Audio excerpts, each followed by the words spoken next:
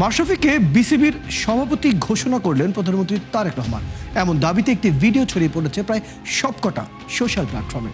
তবে 5.5 লক্ষাধিক ভিউ অতিক্রম করার পর জানা গেল ভিডিওটি আসল নয়, এআই প্রযুক্তি দিয়ে তৈরি। এমন কোনো ঘোষণা প্রধানমন্ত্রী দেননি। ওদিকে 3 লক্ষাধিক পৃথক অ্যাকাউন্ট থেকে ছড়িয়ে দেওয়া হলো খাসির মাংসের দাবিতে কুকুরের মাংস বিক্রি করায় 2 জন গ্রেফতার হয়েছে। ভিডিওটি লক্ষ লক্ষ মানুষের নজরে আসে। তীব্র সমালোচনা হয় কমেন্ট সেকশনে। বহু মানুষ যখন বিভ্রান্ত হচ্ছেন তখন দেখা গেল এই ভিডিওটিও এআই দিয়ে তৈরি। চলুন দর্শক আরো কিছু ফ্যাক্ট চেক দেখে নিচ্ছি।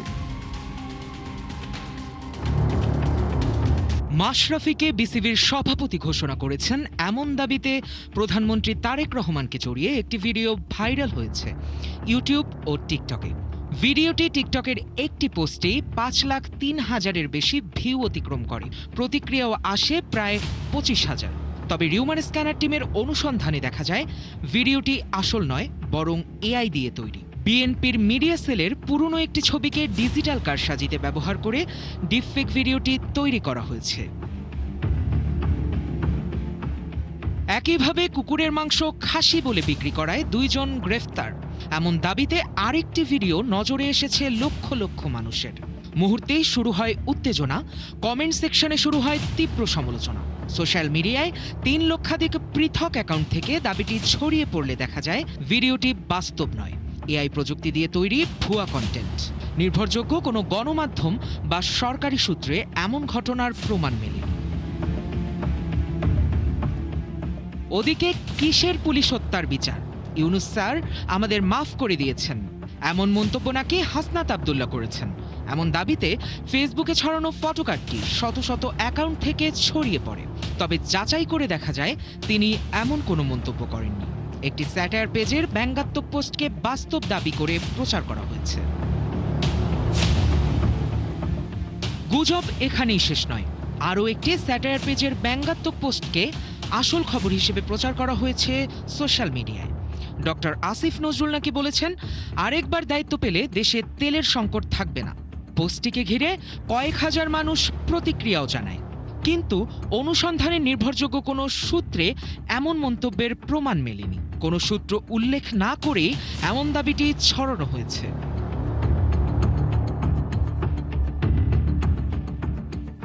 দর্শক আজকের অপতথ্যগুলো যাচাই করতে গিয়ে দেখা গেল সামাজিক যোগাযোগ মাধ্যমে স্যাটায়ার পেজ থেকে ধারাবাহিকভাবে ছড়ানো হচ্ছে নানা গুজব। গুজব ছড়াতে তৈরি করা হচ্ছে ডিপফেক ভিডিও।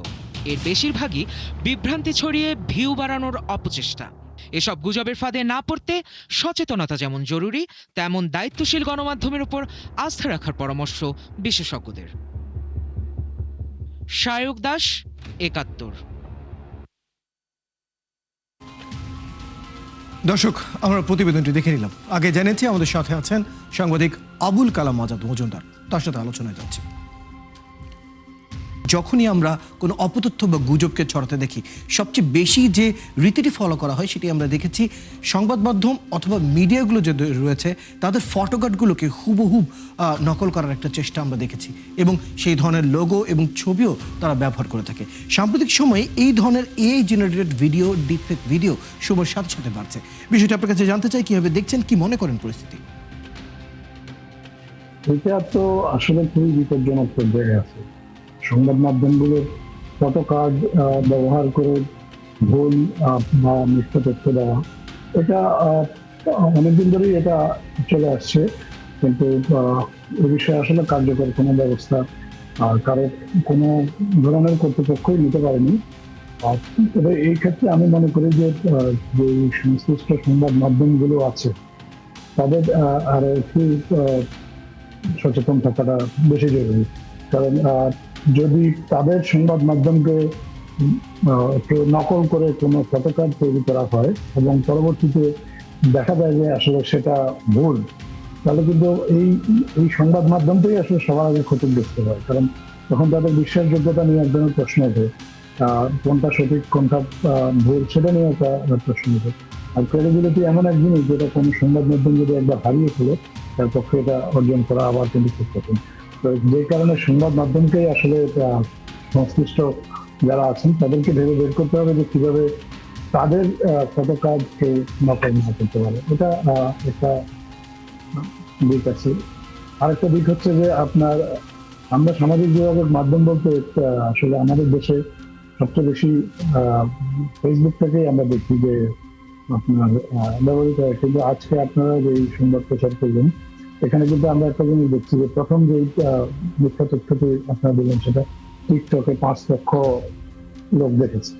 তো সামাজিক যোগাযোগ মাধ্যমের যে বিভিন্ন প্ল্যাটফর্ম আছে, শুধু ফেসবুক বা ইউটিউব এটার দিকে নজর না দিয়ে আপনার সংশ্লিষ্ট যেসব গণমাধ্যম আছে তারা কিংবা আমাদের সরকারের যারা এইগুলো গুজব মনিটর করার দায়িত্বপ্রাপ্ত আছেন তাদেরকে আসলে এগুলো নিয়ে আলাদাভাবে কাজ করার এখন প্রয়োজনীয়তা দেখা দিয়েছে। একটা বিষয় আপনি নিজে উল্লেখ করেছেন যে স্যাটায়ার পেজগুলোতেই আসলে এ ধরনের বিভ্রান্তি বেশি হয় এবং বিভ্রান্তিতে শনাক্ত করার পর বলা হয় যে এটা একটা স্যাটায়ার পেজ। এখন আমাদের জাতীয় সংসদ চলছে, সংসদে এমন কোনো আইন এটা বিবেচনা করতে পারে যে যারা আসলে স্যাটায়ার পেজ তাদেরকে আসলে ঘোষণাটা দিতে হবে যে কোনো একটা জায়গায় যে তারা আসলে স্যাটায়ার করছে। এটা কোনো ঘোষণা যদি না থাকে মানুষের পক্ষে, সাধারণ মানুষের পক্ষে আসলে বোঝা মুশকিল যে কোনটা স্যাটায়ার পেজ আর কোনটা আসলে সিরিয়াস। চমৎকার বলেছেন আপনি আবুল কালাম আজাদ। আরেকটি জায়গায় আমি যেতে চাই, সেটি হচ্ছে সাম্প্রতিক সময়ে এআই প্রযুক্তি অর্থাৎ কৃত্রিম বুদ্ধিমত্তা যেভাবে এগিয়ে যাচ্ছে, আমরা প্রতিবেদনে প্রথম একটি অংশে আমরা যেখানে দেখছিলাম প্রধানমন্ত্রী তারেক রহমানের একটি পুরনো ভিডিওকে এআই জেনারেট করে লিপসিং আলাদা ব্যবহার করে এবং এমনভাবে সেটিকে পোস্ট করা হয়েছে, যে পেজ থেকে পোস্ট করা হচ্ছে সেটিও এমনভাবে দেখানো হচ্ছে যথাযথ সাধারণ মানুষের জন্য সেটি সত্যই মনে হবে, যদিও পরবর্তীতে দেখা গেল সেটি একটি অপতথ্য বা গুজব বা এআই দিয়ে তৈরি। এই ধরনের পোস্ট যখন চলে আসে মানুষের সামনে, তখন আপনি কি মনে করেন আমরা সরকারি পদক্ষেপ হিসেবে আসলে কি করা যেতে পারে এবং সাধারণ মানুষকে সচেতন করার যে জায়গা, সেখানে কি কিছু করার আছে? অবশ্যই অনেক কিছু করণীয় আছে। প্রথমত এআই কে ব্যবহার করে আপনার অনেক ইতিবাচক কাজ হচ্ছে, আবার এইভাবে নেতিবাচক অর্থ এআই কে ব্যবহার করা হচ্ছে। এটার জন্য ডিজিটাল লিটারেসি বাড়াতে হবে মানুষের, এটা কোনো বিকল্প নেই। প্রয়োজনে আপনার পাঠ্যক্রমেও কিন্তু এগুলো অন্তর্ভুক্ত করা যেতে পারে। আমাদের যারা এখন এই সমস্যাটা আসলে বাড়তেই থাকবে। এখন যারা কারিকুলাম শিক্ষার্থীদের জন্য ঠিক করছেন কিভাবে এআই প্রযুক্তিকে শনাক্ত করবেন, এআই কোন ধরনের চিহ্ন থাকলে বা কোন ধরনের লক্ষণ বা বৈশিষ্ট্য দেখলে মানুষ সেটাকে এআই হিসেবে ধরে নেবে, এ বিষয়ে মানুষের সচেতনতার জন্য এটা এখন আর শুধুমাত্র কিছু অল্প কয়েকটা মাধ্যমে প্রচার করলে হবে না। এটা আসলে এখন সময় চলে এসেছে আপনার পাঠ্যপুস্তকে এইসব বিষয় অন্তর্ভুক্ত করে মানুষকে সচেতন করা, যাতে মানুষের ডিজিটাল লিটারেসিটা বাড়ে। আমরা যেমন যেরকম আসলে জেনারেল লিটারেসিটা আমরা সরকারের পক্ষ থেকে গুরুত্ব দেওয়া হয়, বিভিন্ন সময় সরকারি কর্তৃপক্ষ গুরুত্ব দেয় মানুষের সাক্ষরতা বা মানুষের জ্ঞান বৃদ্ধি। এখন সময় এসেছে যে আপনার এই যে ডিজিটাল লিটারেসি এটা যাতে বাড়ে, কারণ মানুষ প্রযুক্তির উপর দিন দিন নির্ভরশীল হয়ে যাচ্ছে। কিন্তু প্রযুক্তি যখন মানুষকে বিভ্রান্ত করে, মানুষকে মিসগাইড করে, তখন সেটা সমাজের জন্য ক্ষতিকারক, ব্যক্তির জন্য ক্ষতিকারক। তো এই মানুষ যাতে, সাধারণ মানুষ যাতে বিভ্রান্ত না হয়, অনেকগুলো উপায়ের একটা উপায় হচ্ছে ডিজিটাল লিটারেসিটা বাড়ানো, এটা একটা। আর দ্বিতীয়ত মূলধারার গণমাধ্যমকে শক্তিশালী করা। মূলধারার গণমাধ্যমকে শক্তিশালী করলে যে এটা হবে যে মানুষ যদি মূলধারার গণমাধ্যমের উপর আস্থা রাখতে পারে, তখন আর সামাজিক যোগাযোগ মাধ্যমে যারা এই ধরনের ব্যবহার করে তারা খুব বেশি তাদের উদ্দেশ্যটা সফল হবে না। চমৎকার বলেছেন আবুল কালাম আজাদ।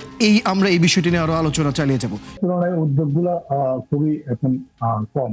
মনে করি যে এক্ষেত্রে যেহেতু এটা একটা ডিসইনফরমেশন আসলে এখন বিশ্বব্যাপী একটা বড় সমস্যা এবং বাংলাদেশেরও একটা বড় সমস্যা। সামনে আমাদের বাজেট অধিবেশন আছে সংসদে, জাতীয় সংসদে, সেখানে এই বিষয়ে সরকার আসলে পর্যাপ্ত বরাদ্দ রাখতে পারে, কারণ এটা জাতীয় স্বার্থেই জরুরি। পর্যাপ্ত বাজেট বরাদ্দ রেখে সেই বাজেটটাকে কাজে লাগিয়ে যদি আমি আগেও বললাম যে ডিজিটাল লিটারেসি যেটা বাড়ানো সম্ভব, প্রশিক্ষণের মাধ্যমে এইটা মানুষের ডিজিটাল লিটারেসি বাড়ানো সম্ভব, এটা পাঠ্যপুস্তকে অংশগ্রহণ করে এটাকে অন্তর্ভুক্ত করে এটা বাড়ানো সম্ভব। এটা আসলে আর কোনো বিকল্প নেই। মানুষের মধ্যে ডিজিটাল লিটারেসিটা বাড়াতে হবে, বিকজ মানুষ যে জিনিসটা কনজিউম করছে সেটা আসলে সঠিক না ভুল সেটা আসলে বুঝতে তাকেই তাকে যাচাই বাছাই করতে হবে। একদম শেষ পর্যায়ে একটি তাকে যাচাই বাছাইয়ের সহযোগিতা করতে হবে সরকারকে। একদম শেষ পর্যায়ে আমি আপনার কাছে একটি প্রশ্ন রাখতে চাই। যখন ভুয়া খবর বা ফেক নিউজ বন্ধ করতে গিয়ে যখন আইন কঠোর করা হয় বা নতুন কোনো আইন করা হয়, অনেক সময় দেখা যায় নানা সময়ে সেটি কিছুটা প্রকৃত বাক স্বাধীনতায় কিছুটা হলেও প্রভাবিত করতে পারে। আপনি কি মনে করেন কঠোর আইন ছাড়াই কেবল সত্যকে দিয়ে কি এই ধরনের গুজব মোকাবেলা করা যাবে? আসলে আইন তো অলরেডি আমাদের দেশে আছে, আইনের প্রয়োগও আছে, কিন্তু আইনের ক্ষেত্রে যে সমস্যাটা হয়, আইনের আহ, অপপ্রয়োগ হয় মাঝে মধ্যে, এবং আইনের সুবিধা নিয়ে আসলে যারা আপনার কাউকে কাউকে এটাকে কেউ দমন পীড়নের অস্ত্র হিসেবেও এটাকে ব্যবহার করেছে। আইনটাকে আইনি কাঠামোর মধ্যে অবশ্যই সবাইকে রাখতে হবে, একটা দেশ তো আইনি কাঠামোর মধ্যে দিয়েই পরিচালিত হবে, কিন্তু আইন হচ্ছে এখানে সবচেয়ে বেশি দরকার হচ্ছে শিক্ষা এবং সচেতনতা। আইন দিয়ে আসলে সমাজকে আহ, আহ, পুরোপুরি নিয়ন্ত্রণ করা কখনোই কারো পক্ষেই সম্ভব হয়নি, কিন্তু সমাজকে যদি শিক্ষিত করে তোলা যায়, সমাজকে যদি সচেতন করা যায়, তখন এই ধরনের আইন থাকলেও সেটা ব্যবহারের প্রয়োজনীয়তা আসলে তখন থাকে না। এই জন্য শিক্ষা, প্রশিক্ষণ, সচেতনতা এই বিষয়গুলোর উপর অনেক বেশি করে জোর দিতে হবে। আইন থাকবে, আইনের প্রয়োগও থাকবে, কিন্তু আইনের প্রয়োগটাকে যাতে সীমিতভাবে করতে হয় সেই চিন্তা থেকে অন্তত সচেতনতা বা শিক্ষার দিকে জোর দিতে হবে। সেদিকে আমাদের আসলে নজর দিতে হবে। বেশ দারুণ কিছু পরামর্শ আপনার কাছ থেকে পেলাম। ধন্যবাদ আবুল কালাম আজাদ আজ আমাদেরকে সময়টুকু দেওয়ার জন্য। বেশ কিছু মতামত এবং পরামর্শ আপনার কাছ থেকে পেয়েছি। ধন্যবাদ সাথে থাকার জন্য। দর্শক, আমাদের সাথে যুক্ত ছিলেন আমাদের অতিথি সাংবাদিক আবুল কালাম আজাদ মজুমদার। কথা বলছিলাম বেশ কিছু ফ্যাক্ট চেক নিয়ে। দর্শক, আপনারা আছেন ফ্যাক্ট চেক নিয়ে একাত্তরের নিয়মিত আয়োজন ফেক নিউজ স্ক্যানারে। প্রতিদিন আমরা রিউমার দূর করতে হাজির হব ঠিক একই সময় একইভাবে। আপনারাও আমাদের সাথে যুক্ত হতে পারেন। যদি কোনো খবর আপনাকে সংশয়ে ফেলে সেটি একটি স্ক্রিনশট আমাদেরকে মেইল করতে পারেন fns.71tv@gmail.com অথবা ফেসবুকে যোগাযোগ করুন www.facebook/fakenewsscanner। আমরা সেই তথ্যের ফ্যাক্ট চেক করে আপনাদের জানাবো। চটকদার শিরোনাম দেখেই ক্লিক করবেন না। বিশ্বাস আর প্রতিক্রিয়া জানানোর আগে ফ্যাক্ট চেক করুন। আর থাকুন একাত্তরের সাথে।